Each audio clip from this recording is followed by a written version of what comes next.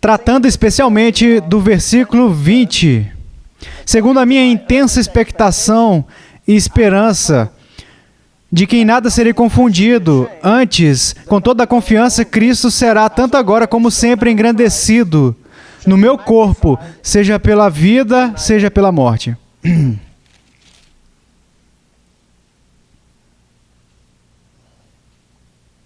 Eu pensava que na segunda carta aos Coríntios, no capítulo 5, onde Paulo nos dá uma espécie de resumo da sua teologia, ele acredita que estamos ausentes do corpo, estamos presentes com o Senhor.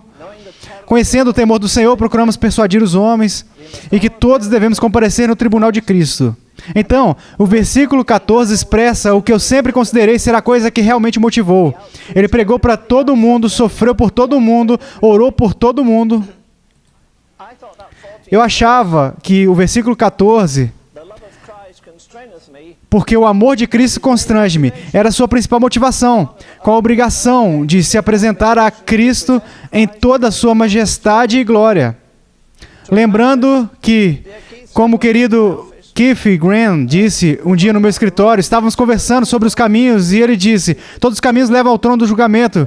De fato, eles levam, seja você democrata, autocrata, plutocrata ou qualquer autocrata, ou um liberal, seja lá o que for, quer sejamos escravos ou livres, intelectuais ou ignorantes, pretos ou brancos, ricos ou pobres, todos os caminhos levam ao trono do julgamento, sem exceção. Agora, eu cheguei a essa conclusão lendo Filipenses recentemente, que a motivação do apóstolo na sua vida de zigue-zague, não de altos e baixos espirituais, mas num zigue-zague de na prisão, fora da prisão, em cansaço, em jejuns, na fadiga, em tribulações, em perigos de seus compatriotas, em perigos de naufrágio, em perigos de salteadores, seja lá o que for. Mas uma coisa que o motivou, eu acredito que se encontra neste versículo. Como sempre também agora será Cristo engrandecido no meu corpo. Ou como alguns colocam, por meu corpo, seja pela vida, seja pela morte. A coisa que me chamou a atenção ao ler esta semana é que Cristo será engrandecido. Não no meu ministério. Não nos meus milagres. Não no meu super amor. Eu amei a todos no mundo. Eu preguei a eles. Eu sofri por todos. Mas ele diz, Cristo será engrandecido no meu corpo. Se você for para o capítulo 4 e versículo 6.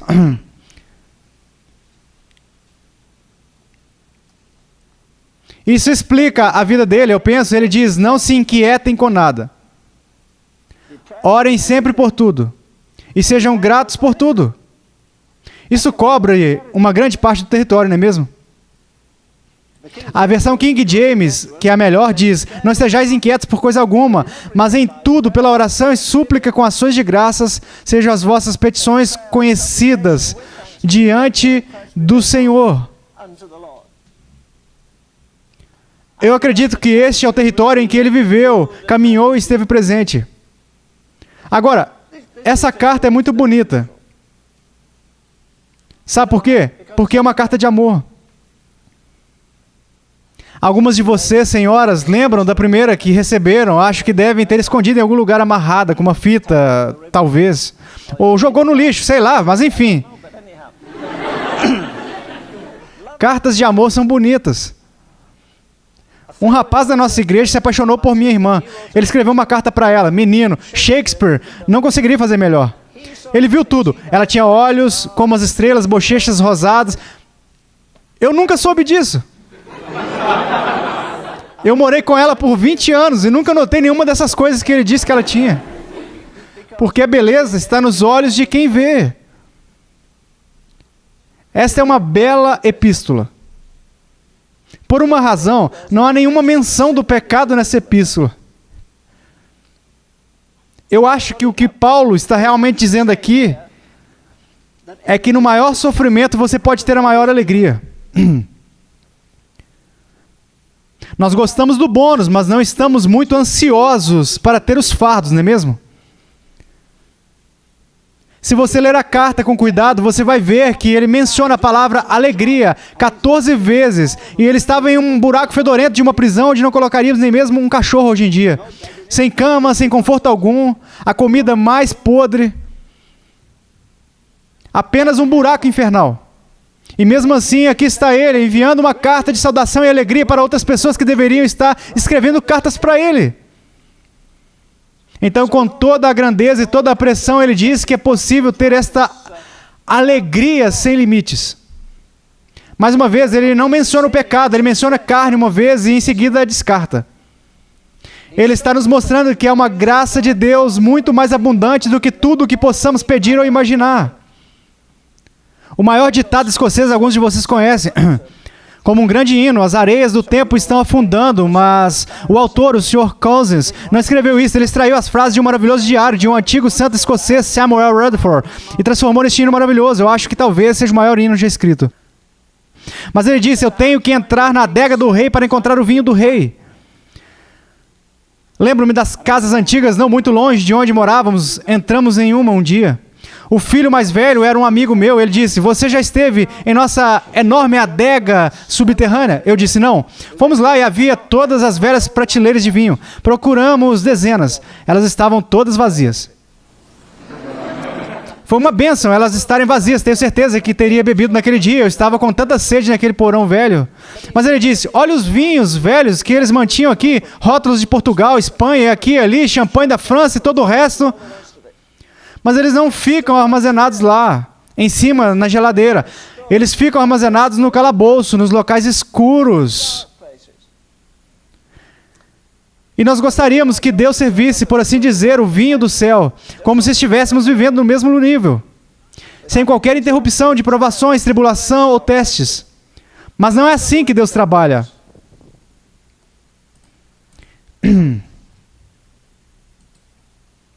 Deixa-me dar uma olhada aqui, um minuto.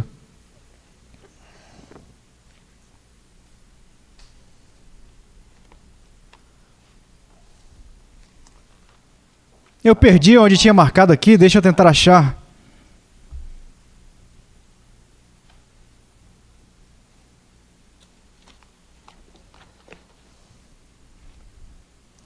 Bem, vejamos agora, vocês conhecem mesmo, Romanos 12.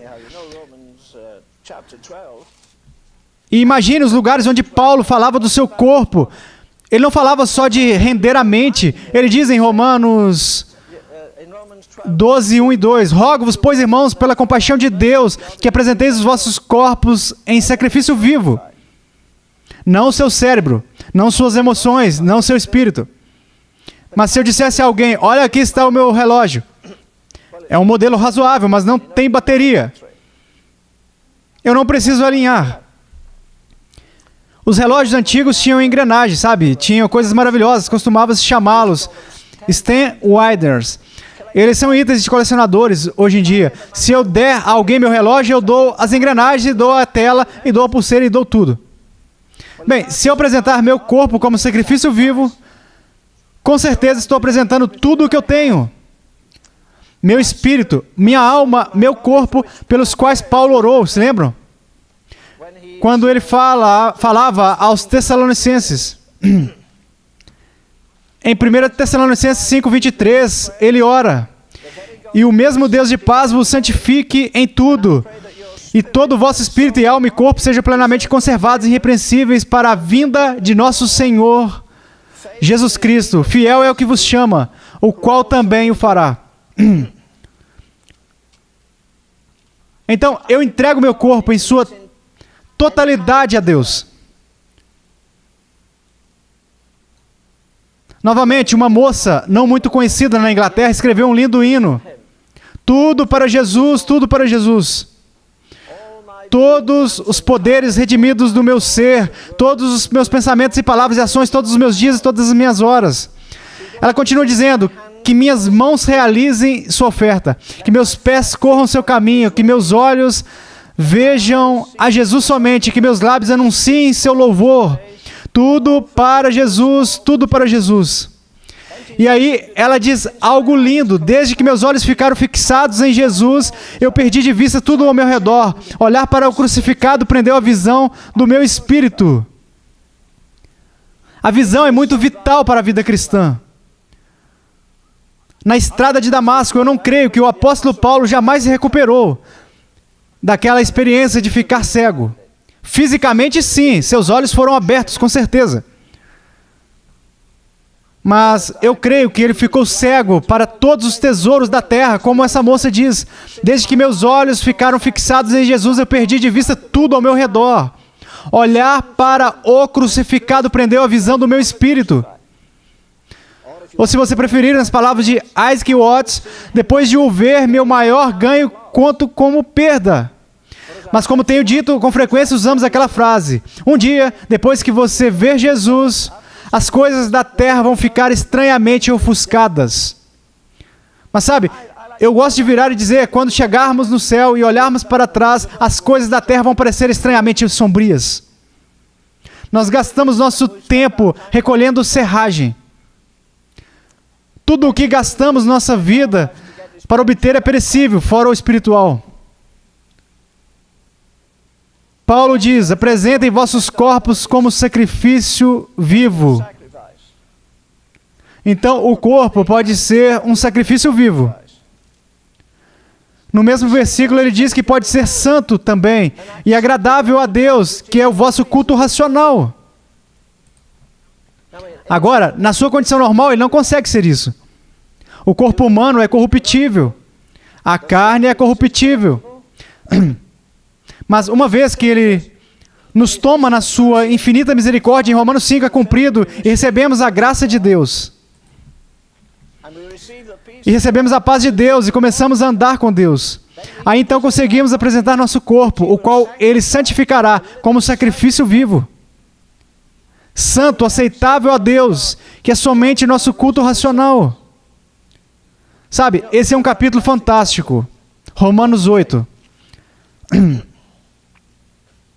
Versículo 1 diz: portanto agora nenhuma condenação há para os que estão em Cristo Jesus, que não andam segundo a carne, mas segundo o Espírito. Porque a lei do Espírito de vida em Cristo Jesus me livrou da lei do pecado e da morte. Agora, desce um pouco. Versículo 7. Quero dizer, versículo 6. Porque a inclinação da carne é morte, mas a inclinação do Espírito é vida e paz. Agora, como você consegue conciliar morte com vida? Um homem me ligou ontem, conversou uns 40, 50 minutos, tenho certeza, da Califórnia. Todo mundo está perplexo lá fora, é por isso que muitos de vocês vêm aqui, mas enfim. Oh, ele estava em desespero por causa da carnalidade dominando a vida dele. Ah, eu sou cristão. Eu sou santificado. Eu perguntei, você é? Ele disse, sim, mas algo carnal me domina. Bem, isso é ridículo. Como você pode ser carnalmente dominado se você é espiritual? Essa passagem é muito clara, porque a inclinação da carne é morte. Sei lá, eu acho que os pregadores são advogados do diabo muitas vezes. Eles defendem o pecado melhor que um ateu. Para você dizer que não consegue se livrar do pecado desse lado da eternidade, ele tem que ter domínio sobre você, quando a Escritura diz que ele não tem. Esse homem que eu falei, só um pecado da carne dominava ele. Ele não conseguia de nenhuma forma obter vitória sobre isso. Eu disse, bem, crava isso na cruz, essa é a resposta. De novo, Romanos 6. Se fomos sepultados com ele pelo batismo, como eu uso essa ilustração tantas vezes, se o homem estiver aqui na água e eu o enterrar debaixo da água, ele está cortado do mundo lá em cima, ele não pode ver o mundo lá em cima, ele não pode respirar o ar lá de cima, ele não pode conversar com o mundo, ele está cortado. Nós vimos algumas pessoas serem batizadas na semana passada e eu pensava, enquanto elas entravam na água simbolicamente, elas estavam dizendo, olha, essa é minha sepultura, estou enterrado para o mundo lá em cima. Sua pompa e alegria desvanecente, como diz o autor de hinos. De alguma forma, os pregadores gostam de recuar para Romanos 6, não é mesmo? Eis aqui o maior homem que já viveu. Eu ouvi G. Campbell Morgan muitas vezes, é o professor da Bíblia mais incrível que eu já ouvi. Ele pregou uma grande mensagem sobre santidade para mais ou menos 400 pregadores, eu acho. E eu fiquei chiando, um aleluiazinho, porque era uma igreja metodista, sabe? É quase como gritar aleluia num necrotério, às vezes. Então eu chiava um pouco e as pessoas viravam e ficavam olhando para mim. Então eu pensei, bem, se não gostam disso, espere até ele dizer isso de novo. Aí ele disse de novo e eu disse, aleluia. O que estava tudo bem. Mas quando ele nos levava aos lugares celestiais, ele dizia, agora não pensem que estou pregando uma segunda obra da graça, ou você consegue ser muito santo nessa vida, pois Paulo encerrou em Romanos 6. Ele não encerrou em Romanos 7. Acontece que tem Romanos 8. Acontece que no grego não tem nenhuma diferença, não tem nenhuma divisão. Aquilo é uma divisão artificial, e Paulo diz que não há resposta na lei. Miserável homem que eu sou, quem me livrará do corpo desta morte? Mas se ele parasse por aí, ele estaria em apuros. Ele diz, dou graças a Deus por Jesus Cristo nosso Senhor. É por isso que ele começa Romanos 8. Portanto, agora nenhuma condenação há para os que estão em Cristo Jesus, que não andam segundo a carne, mas segundo o Espírito. Porque a lei do Espírito de vida em Cristo Jesus me livrou. Eu acho que vocês sabem, mas eu não. Tá tudo bem, obrigado. Coragem. Bem, esse homem andou com Deus por muitos anos, um querido amigo meu. Toda vez que entro no avião, eu odeio aviões. Como eu costumo dizer, voar é para os pássaros. Mas toda vez que aquele monstro decola, eu tento estimar quantas toneladas são, quantas toneladas de gasolina, toneladas de carne, toneladas de bagagem. E ele vai fácil desse jeito. Se eu tivesse uma pena aqui e dissesse sobe, ela não iria, ela simplesmente cairia. Então como aquele monstro permanece no ar? A lei da gravidade imediatamente, no momento que ele deixa o chão, ela o puxa. É por isso que é mais difícil pousar do que decolar, é isso mesmo. Decolar, impulsionar é a explosão de todos os motores, subir, e quando desce a gravidade puxa dessa forma, e ele está avançando dessa forma, então ele tem que controlar os dois poderes, a gravidade e o poder do avião. E ele decola por causa do poder, do impulso daqueles tremendos jatos. Eu suponho que vocês saibam que eles foram inventados na Inglaterra mesmo, mas enfim. Não é incrível quando você vê aquela coisa descendo e você olha 300 passageiros no avião, toda a bagagem, toda a gasolina? Ele decola com um rugido. Logo você vê a terra. Ou ela está diminuindo, ou você está subindo, mas enfim, aí vai ele. O impulso dele é maior que a lei da gravidade. Bem, e a lei do Espírito de vida em Cristo Jesus?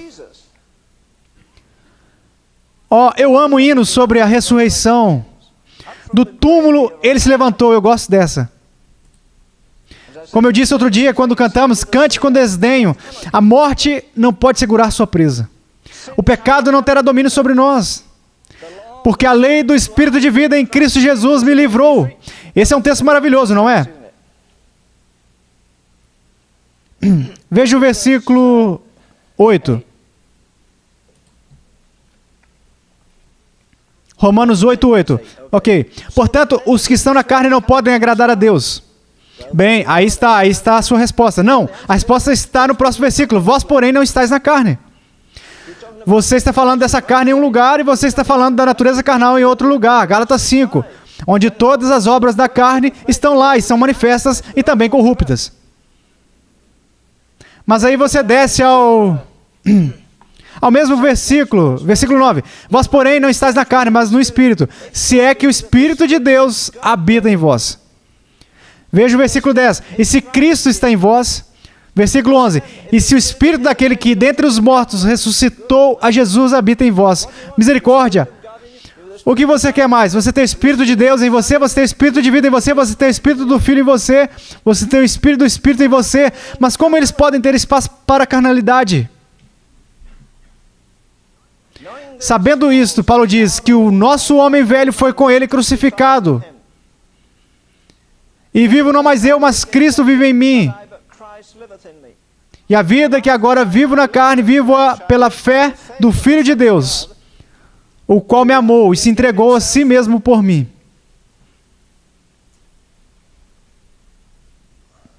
Em Romanos 6, de novo. No versículo 11 ele diz, assim também vós considerai-vos certamente mortos para o pecado. No mesmo versículo ele diz: considerai-vos certamente mortos para o pecado, mas vivos para Deus em Cristo Jesus nosso Senhor. Porque a lei do Espírito de vida em Cristo Jesus me livrou da lei do pecado e da morte.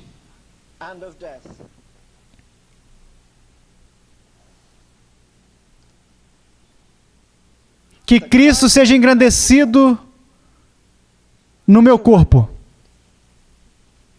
Eu nunca ouvi ninguém pregar sobre esse texto. Eu mesmo nunca preguei sobre. Lembram que o salmista diz? Com instrumento de 10 cordas te cantarei louvores. Que tipo de coisa é essa? Um violão ou algo do tipo? Harpa? Você diz, eu não tenho instrumento de 10 cordas. Bem, suponho que você prefira assim. Você tem 2 pés, você tem 2 mãos. Você tem 2 olhos, você tem 2 ouvidos. Você tem uma língua, graças a Deus, não mais que uma. E um coração, 10 cordas. Por isso que aquela moça disse aquilo naquele hino. Que minhas mãos realizem sua oferta, que meus pés corram seu caminho, que meus olhos vejam Jesus somente, que meus lábios anunciem seu louvor. Ou um hino americano, se você preferir. Toma minha vida e deixe-a ir. Toma minhas mãos e que elas se movam pelo impulso do seu amor. Tome meus pés e deixe-os ir velozes e bonitos para ti. Tome meu amor, meu Senhor, eu derramo aos seus pés os seus tesouros. Tome a minha vontade. Essa é a última área que entregamos. Tome a minha vontade e torne sua. Paulo nem sequer diz que Cristo seja engrandecido por minhas epístolas. Embora ele tenha escrito, eu acho que ele escreveu as maiores coisas que qualquer ser humano já teve permissão para escrever. Sua magnífica epístola aos Romanos, aos Efésios, aos Filipenses. Mais uma vez, esse é um dos escritos da prisão. Se você ler atentamente, não temos tempos para fazer isso. Se você ler atentamente isso, leia o primeiro capítulo, você verá a posição na vida do cristão. Se você ler o segundo capítulo, você encontra o padrão de Cristo. No terceiro capítulo, você encontra a energia que o cristão carrega nesse mundo. No capítulo 4, a superioridade cristã em todas as circunstâncias. Em outras palavras, essa epístola é o caráter inteiro da vida cristã. Paulo mostra como andar e trabalhar no serviço do Senhor Jesus Cristo. E aqui, claro, está o líder do fogo. Ele é o melhor exemplo disso. Eu disse isso antes, talvez muitas vezes, e de novo, eu acho que Paulo foi o maior gênio que o mundo já viu. Intelecto colossal. Uma disposição que nunca se cansava, uma fé que nunca estremecia, um amor que nunca acabava, uma coragem que ninguém podia dominar. Ele se levantou alegremente diante de reis. Ele estava feliz na prisão, bem na epístola do amor, como se ele estivesse em qualquer circunstância da vida.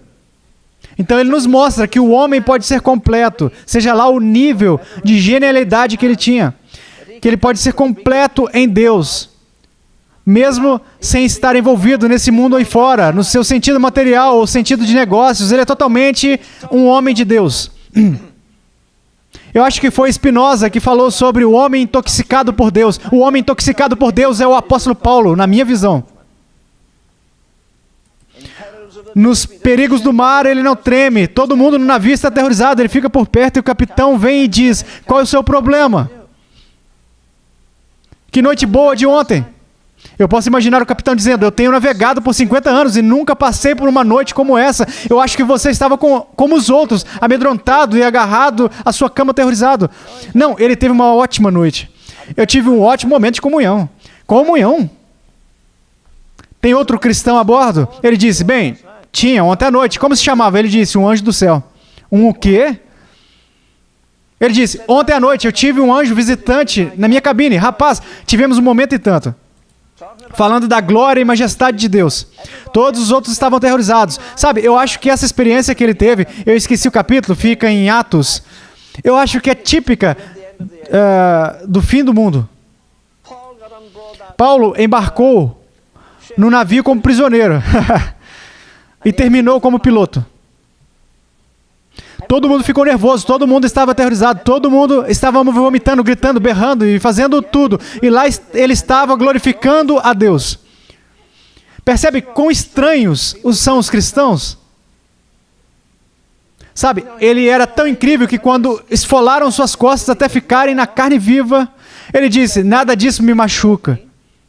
Não, ele não disse isso. As pessoas dizem, se você realmente for salvo e cheio do Espírito, você nunca será machucado, nunca terá problemas. Bem, então eu devo estar desviado, porque eu passo muito por isso. Ele não disse, nada me machuca, ele disse, de nada faço questão. Você pode ter uma explosão do inferno e não fazer questão, se estiver dentro da vontade de Deus. Te machucará. Como se pode ter vitória se não tiver batalha? Ele diz, somos mais que vencedores por aquele que nos amou. Em que você é vencedor? Unha encravada?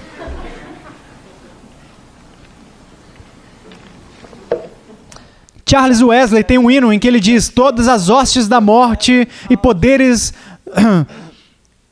do inferno desconhecidos colocam suas formas mais horríveis de raiva e maldade. Eu estarei seguro, pois Cristo mostra poder superior e graça ilimitada.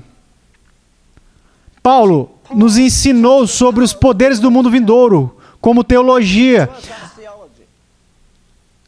Algo em que nos agarramos quase por cegueira. Ficamos muito contentes em nos livrarmos de um monte de pecados podres. E graças a Deus por onde nos encontramos. Mas olha o território que ainda há para alcançarmos. Sabe, o problema de Deus com Israel era tirá-los do Egito. Eles podiam ter saído do Egito, chegado em Canaã em 11 dias, mas a maioria deles não conseguiu chegar lá nem em 40 anos. Nós temos pessoas hoje que foram salvas há 20, 30 anos e parecem ser jovens na vida espiritual. Eles não são mais maduros. Eles não têm mais força espiritual. Eles não têm mais entendimento espiritual. Eles não têm mais revelação espiritual. Por quê? Porque eles viveram muito mais em cultos em vez de estarem em Cristo. Não me importa onde você vai, qual escola você vai, eu dou graças a Deus pelas escolas, essa escola aqui especialmente de novo. Mas o que você faz quando está longe das escolas? Veja, muitas pessoas ficam felizes e abençoadas quando estão em associação de comunhão. E aí você os coloca na Amazônia ou outro lugar e eles ficam em pedaços. Você pode imaginar um homem em pedaços. Deixe eu voltar aqui e dizer da forma exata. Aqui em Romanos 8, novamente,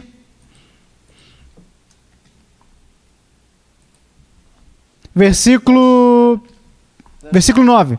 Vós, porém, não estáis na carne, mas no Espírito, se é que o Espírito de Deus habita em vós. E versículo 10, e se Cristo está em vós. E no versículo 11, e se o Espírito daquele que dentre os mortos ressuscitou Jesus. Eu disse na aula terça-noite, a propósito, nós temos aulas terça à noite, se vocês quiserem vir, começando como pessoa essa semana, sobre Hebreus 11. O Espírito Santo de Deus é incapaz de fazer qualquer coisa que é pequena. O mundo em que vivemos é lindo, coberto de flores e tudo mais. Antes era uma bola de lama no útero do universo. O Espírito Santo pairava sobre ele. Do caos trouxe o cosmos.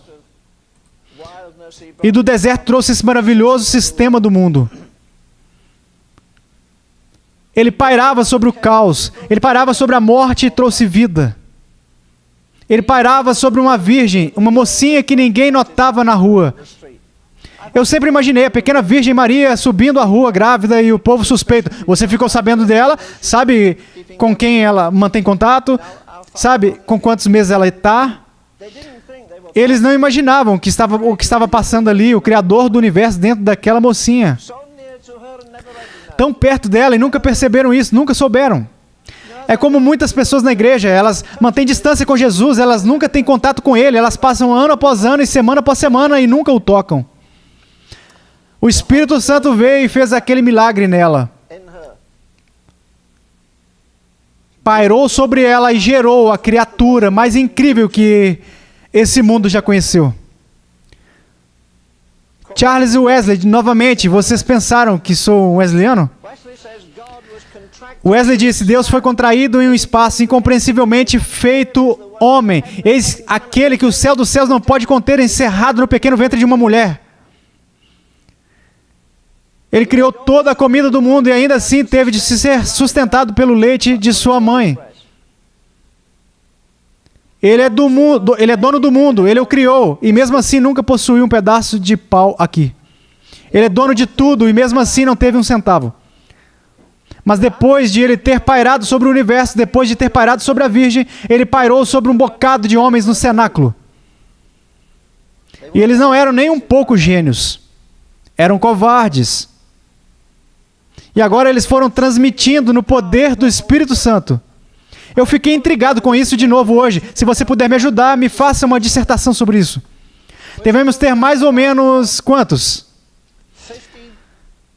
15 milhões de pessoas nos Estados Unidos, atualmente cheias do Espírito Santo manifestando os dons, e ninguém sequer sabe que estamos aqui. Apenas 120 no cenáculo, e eles viraram a nação de cabeça para baixo. Qual a diferença entre o batismo deles e o nosso? Me diga. Talvez você esteja certo. Parcialmente certo, com certeza. Mas então, depois da criação que o Espírito Santo fez, depois do milagre do nascimento de Jesus, depois dos homens no cenáculo, aí você encontra